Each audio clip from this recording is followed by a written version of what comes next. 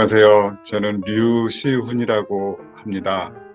KIC 워싱턴에서 센터장을 하고 있고요. 저희는 미국에 진출하는 한국 스타트업들을 지원하는 업무를 하고 있습니다.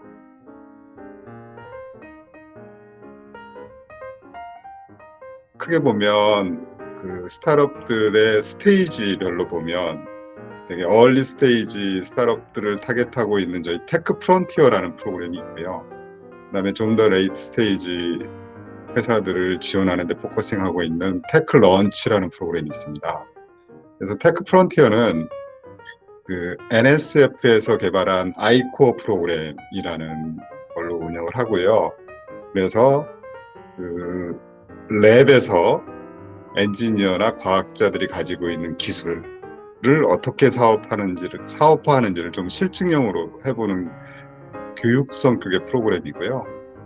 주 타겟은 그렇습니다. 이 테크놀로지를 가지고 커스터머 피드백을 통해서 피보팅을 하고 그래서 마켓핏에 맞는 프로덕트로 가는 것을 직접적으로 해보는 프로그램이고요. 그래서 저희가 테크프론티어는 주로 한국의 대학원생들, 일부 교원 창업하신 분들이 주 타겟이고요. 그 다음에 저희가 조금 더 레이트 스테이지 컴퍼니들을 위해서 테크 런치라는 프로그램을 운영하고 있는데, 이거는 이미 이제 그 사업을 한국에서 잘 하고 계시고, 미국 시장에 진출하려는 그런 니즈가 강한 팀들을 대상으로 하는 프로그램이고요. 이거는 교육 성격은 아니고, 실제로 미국 시장에서 매출하고 그 투자 유치, 이 두 가지를 목표로 하고 있고, 그게 저희 KPI이기도 합니다. 이 프로그램 같은 경우는. 그래서 저희가 이거는 약간 컴피티션 베이스로 하고 있고요. 저희가 굉장히 많이 어플라이를 하세요. 그 중에 저희가 30개 업체를 선발을 해서 페이스 1을 진행하고요. 페이스 1은 이 팀들이 미국 시장에 진출하기 전에 반드시 알아야 될 내용들, 뭐 특허라든지 법률이라든지 법인 셋업하는 거라든지 아니면 마케팅이라든지 HR이라든지 아니면 미국 시장의 특성이라든지 이런 것들을 저희가 10개 정도 세션으로 사전 교육을 합니다. 온라인 부트캠프 형식으로 진행이 되고요. 그렇게 해서 이 30개 팀들 중에 저희가 15개를 선발을 해서 페이스 2를 진행을 합니다. 선발하는 기준은 이제 C-레벨들, CEO, CFO, CMO들, C-레벨들이 얼마나 참여하느냐, 그 다음에 참여를 얼마나 또 액티브하게 하느냐, 뭐 이런 것들을 위주로 해서 선발을 하고요. 그래서 페이스 2에서는 저희가 딱 두 가지만 합니다.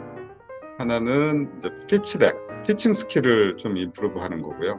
그래서 저희가 페이스 2부터는 회사당 멘토가 한 분씩 어사인이 되고요. 그래서 각 팀별로 피치덱을 가지고 피치를 해보고 개선해야 될 것들이 있으면 계속해서 피드백 주면서 개선을 하고요. 그리고 저희가 페이스 2에서는 피칭 전문 강사가 계속해서 이 팀들을 도와줍니다. 그래서 이제 피칭 스킬 개선하는 게 하나가 있고, 또 하나는 미국에 실제로 만나야 될 커스터머들 미팅 셋업하는 걸 계속합니다. 저희 멘토분들이랑 그 회사들이. 그렇게 해서 페이스 2에서 이제 피치도 잘하고, 그다음에 미국에 오면 액티브하게 미팅을 많이 할 수 있는 회사들 위주로 해서 6개만 또 저희가 선발합니다. 그래서 6개 업체가 선발이 되면 그 6개 업체는 미국에 직접 와서 저희 멘토들이랑 미리 셋업한 미팅들을 이제 하고 이렇게 가는 그런 형태의 프로그램입니다. 이제 분야별로 보면 저희가 미국 동부에 있다 보니까 바이오 관련돼서는 상당히 니즈도 많고 이코시스템도 이곳에 잘 되어 있어서 저희 바이오 관련된 거는 얼리 스테이지부터 레이트 스테이지까지 다양한 프로그램들을 저희가 운영을 하고 있고요. 또 하나 분야는 이것도 저희가 동부에 있다 보니까 포커싱하는 분야인데 우주 항공 방산 쪽을 저희가 집중적으로 또 프로그램들을 개발하고 있습니다. 사실은 뭐 좋은 팀이 좋은 기술 가지고 좋은 마켓을 타겟하면 잘 되는데 저희가 좀 현실적으로 얘기해 보면 잘 되는 팀들을 보면 그분들이 미국 시장에 진출해서 잘 될 만한 아이템을 가지고 오는 경우가 잘 되는 경우가 많은 것 같아요. 이게 이제 무슨 얘기냐면 저희가 지금 스타트업들, 한국에서 오는 스타트업들은 사실은 스타트업이라서 어려운 부분이 하나가 있고 미국 기준으로 보면 해외 업체여서 겪는 어려움이 있는 것 같거든요. 근데 우리 한국에서 미국에 진출하는 스타트업은 해외에서 온 스타트업이기 때문에 두 가지 문제를 사실 다 가지고 있는 것 같아요. 근데 저희가 보면 좀 그럼에도 미국 시장에 조금 더 잘 진출하고 프로그레스를 만드는 팀들을 보면 대부분 그런 특성이 있는 것 같아요. 여기서 그 아이템 자체가 여기서 사람들하고 민글을 많이 안 해도 되는 아이템들이 있어요. 예를 들면 최근에 이제 저희 프로그램 통해서 잘 이제 프로그레스가 있는 업체 중에 하나가 반도체 칩을 만드는 회사예요. 거기는 썰데스 칩이라고 하는 건데 칩을 만드는 회사인데 저희가 그 과정을 보면 미국 업체들이 이제 그런 거예요. 그 스타트업이면 이게 연속성이 있을까 하는 면에서 좀 우려를 하는 부분이 있고요. 예를 들면 뭐 내가 네트워크 장비를 써야 된다. 근데 스타트업이 만든 장비는 쓰기가 어렵잖아요, 사실. 왜냐면 이게 회사가 비즈니스가 계속 지속될지 아닐지 모르기 때문에 해외 업체들은 이게 바로바로 그 서포트가 돼야 되는데 그게 어려울 거라고 또 생각을 하고요. 여러 가지가 있는데 그 칩 같은 경우는 프로세스가 상당히 간단해져요. 예를 들면 이런 프로세스가 이렇게 되더라고요. 너희 그 샘플 칩 언제 나와? 물어보고 샘플 칩 나오면 우리한테 보내주면 우리가 테스트 해볼게. 그래서 샘플 칩을 테스트 해본 다음에 그거에 대한 피드백을 주는 거죠. 이런 거 개선 가능해? 그다음에 이런 피처 집어넣을 수 있어? 아니면 너 이거 양산은 어떻게 할 거야? 이런 질문들을 하고요. 그게 또 센스하면 또 넥스트 스테이지로 또 가게 돼요. 그래서 상대적으로 비즈니스가 그 포커싱이 그 칩이라는 프로덕트 자체에 있기 때문에 사람이라기보다는 비즈니스를 만들어가는데 그 수월하게 가는 걸 제가 봤고요. 예를 들면 뭐 그 그래프 베이스의 데이터베이스 기술을 가진 회사가 있는데 한국 비즈니스 잘해서 이제 미국으로 오고 싶어해요. 근데 그런 건 정말 어렵습니다. 왜냐하면 일단 그 어떤 솔루션을 그 채택을 한다는 거는 그 회사랑 밀접하게 릴레이션십이 필요한 거거든요. 앞에 칩만 보고 했으면 됐지만 이게 성만 나오면 난 이것만 받으면 되기 때문에 사실 비즈니스를 할 수 있는데 이거는 그렇지가 않거든요. 사람들하고 릴레이션십도 중요하고 그러다 보니까 많은 시간이 필요하고 서로 네트워킹이 필요해요. 그런 사업들은 저희가 오면 이거는 단기간에 프로그레스 만들기 정말 어렵겠다 이런 느낌이 들거든요. 그래서 저희가 이제 잘 되는 회사들은 그 본인들도 한번 자기 프로덕트, 자기 테크놀로지가 미국 시장에서 잘 먹힐 수 있는 아이템인지 그런 거를 한번 판단해 볼 필요도 있는 것 같아요. 저희가 이제 보람을 느끼는 거는 제가 뭐 이 KIC에 조인한 지는 1년밖에 안 됐지만 이제 미국 시장에서 20년 정도 스타트업들을 VC에서 투자하는 입장에서 도와드리든지 아니면 비즈뎁을 도와드리든지 이렇게 KIC처럼 그 non-profit government 베이스의 기관에서 도와주든지 이렇게 하고 있는데 보면 해마다 여기 진출하는 회사들의 퀄리티가 높아지는 걸 알 수가 있어요. 그래서 그런 것들을 이렇게 보는 거는 상당히 좋은 것 같고요. 그 중국계 회사들을 미국 시장에서 많이 이제 배제하는 상황이어서 CPU 스파일링이라는 제도도 생기고 그래서 실질적으로 거의 컴포넌트 레벨까지 중국산들을 안 쓰려는 움직임이 많이 있지 않습니까? 그러려다 보니까 한국 스타트업들한테는 굉장히 좋은 기회가 되는 것 같아요. 진짜. 그런 것들이 어찌 보면 예전보다 조금 더 좋은 점, 그 스타트업들하고 일하기 훨씬 좋은 환경이라고 생각이 되고요. 힘든 점은 힘든 점이 사실 많이 있는데, 그중에 저희가 그 한국 스타트업들이 기술력도 굉장히 좋은 팀들이 많아요. 근데 대부분 보면 너무 작은 문제를 풀려고 하고 작은 문제에 집중을 하다 보니까 그렇게 큰 시장을 타겟하고 있는 팀들을 보기가 어려워요.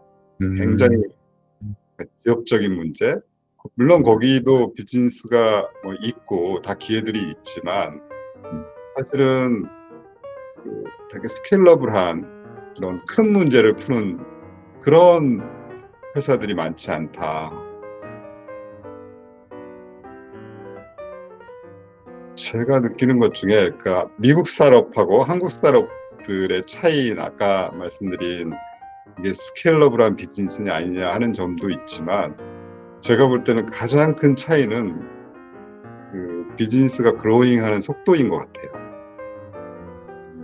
미국 스타트업들은 상당히 빠르고요. 여기 그 fail fast, growing fast 이런 말들이 있지 않습니까? 여기 스타트업들이 굉장히 빨리 그로잉 하던가 페일 하던가 하는 것들이 몇 년 내에 거의 승부가 난다고 보면 한국 스타트업들은 페일을 하지도 않고 그로잉을 하지도 않고 그런 스테이지 회사들이 쭉 이렇게 지속되는 형태가 많이 있는 것 같아요.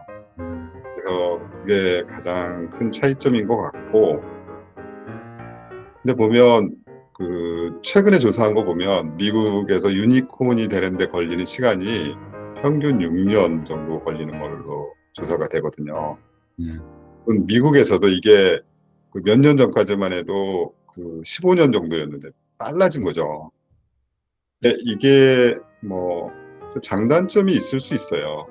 그러니까 그건 유럽 회사들도 어찌 보면 한국에 더 가까워요.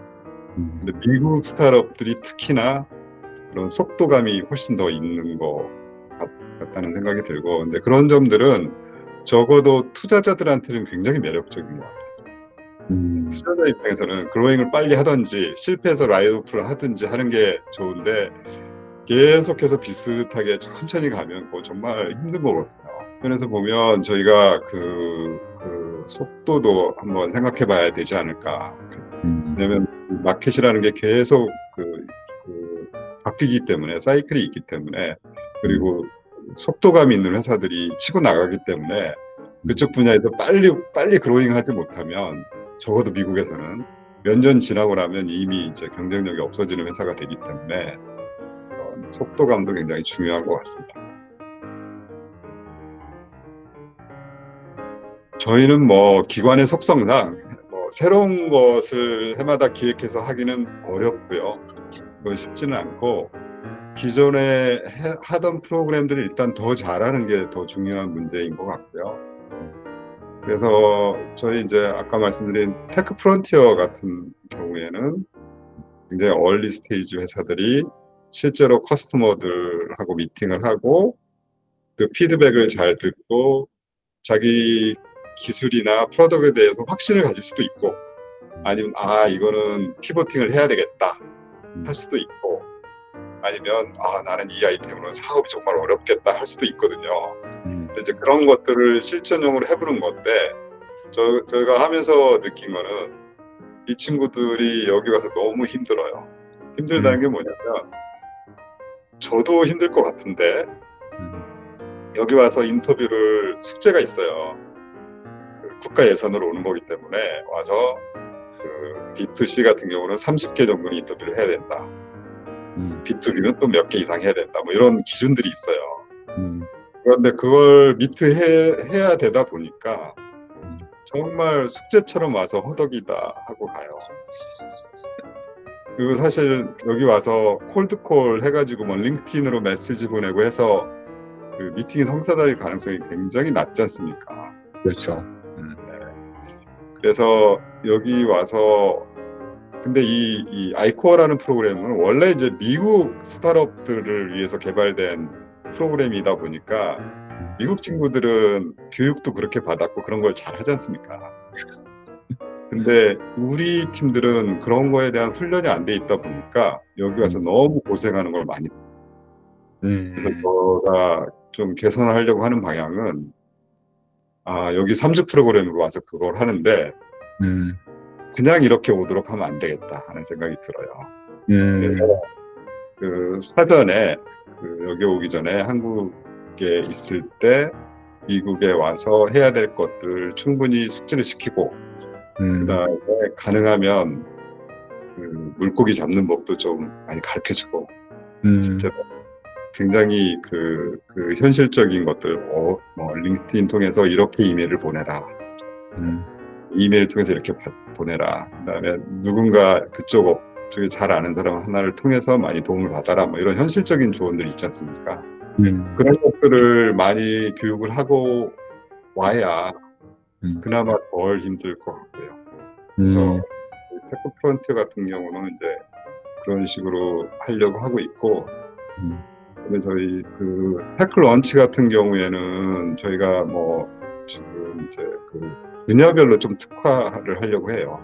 바이오, non-바이오로 좀 분리를 해서 각각 프로그램 성격을 좀 다르게 가져가려고 하고 있고요. 왜냐면 바이오 업체들하고 non-바이오 업체들이 미국 시장에서 하려고 하는 게 많이 달라요. 그러다 보니까 저희가 조금 분야별로 적어도 바이오하고 바이오가 아닌 기업들은 그 프로그램 내용을 좀 다르게 가져가는 게 맞겠다 하는 생각을 가지고 있고요. 또 새롭게 계획하는 것들은 아까 그 우주항공 방산 분야를 저희가 이제 올해부터 막 시작했고 이제 파일럿 프로그램 같은 걸 하고 있는데 이쪽 같은 경우는 이쪽 분야들은 상당히 니즈가 많아요. 미국 내고 한국에서도 그렇고. 그래서 그리고 이게 스타트업들 개별적인 회사들 단위로 풀지 못하는 어려움들도 있어요. 왜냐하면 여기는 레귤레이션이 상당히 스트롱하기 때문에 그거를 KRC 같은 기관이 그 중간에서 인터미디에이트 해주면 훨씬 더 비즈니스가 많이 활성화될 수 있는 부분들이 있어서 저희가 그런 부분들은 저희가 이제 그 에어로스페이스 디펜스 쪽에 그 경험이 많은 분들을 저희 멘토인 레지던스 해가지고 저희가 좀 확보를 하고 있고요. 그런 분들에서 이쪽에는 좀 의미 있는 프로그램들을 만들어 나가려고 하고 있습니다. 저는 한국 스타트업들한테 미국 시장에 올까 말까 이런 옵션이 아니고 미국 시장은 무조건 와야 된다 라고 얘기해주고 싶어요. 저희는 그게 한국하고 이스라엘 스타트업들의 차이점인 것 같아요.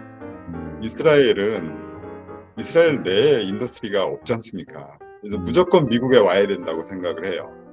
근데 이제 한국 스타트업들은 한국이 그래도 여러 인더스트리가 다 활성화돼 있고 큰 회사도 있고 어느 정도 비즈니스 기회가 있다 보니까 미국 시장 가는 게 어려운데 그냥 한국에서 여기 대기업들 특히 하고 해가지고 그 프로젝트를 하면서 그 비즈니스를 해볼까 하는 생각도 사실 많이 있거든요.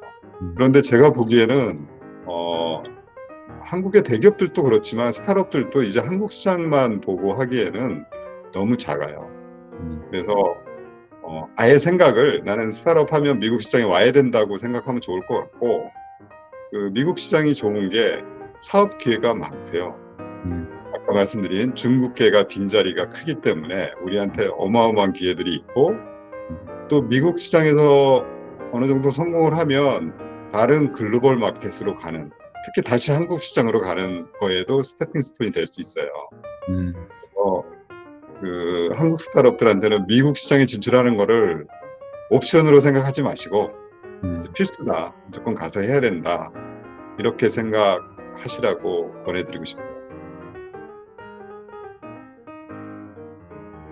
이게 갑자기 생각나네요. 작년에 이맘때쯤 여기 오셨어요. 네. 추석 기억 못 하시죠? 저희 오피스에 저 오신 네. 저는 왜 기억하냐면 사실 오늘 다음 주가 저희 추석인데 그 휴가 가는 분들이 많아서 오늘 그 추석 떡을 저희가 돌리고 있거든요. 그래서 제 몫으로 받았던 거를 대표님께서 김 대표님께서 그때 가져가셨던 기억이 납니다. 그래서 이맘때쯤이면 오늘 또 떡 받았는데 이거 드려야 되나 지금 그러고 있습니다. 참 재밌었던 게 제가 떡을 가지고 있었는데 네. 제가 뭐 이제 여기까지 와주셔서 감사하다고 그랬더니 대표님께서 자주 뵈야 떡고물이라도 생기죠. 이런 말을 했던 기억이 납니다. 그래서 떡고물이 아니라 떡이 있습니다 해서 드렸던 기억이 납니다.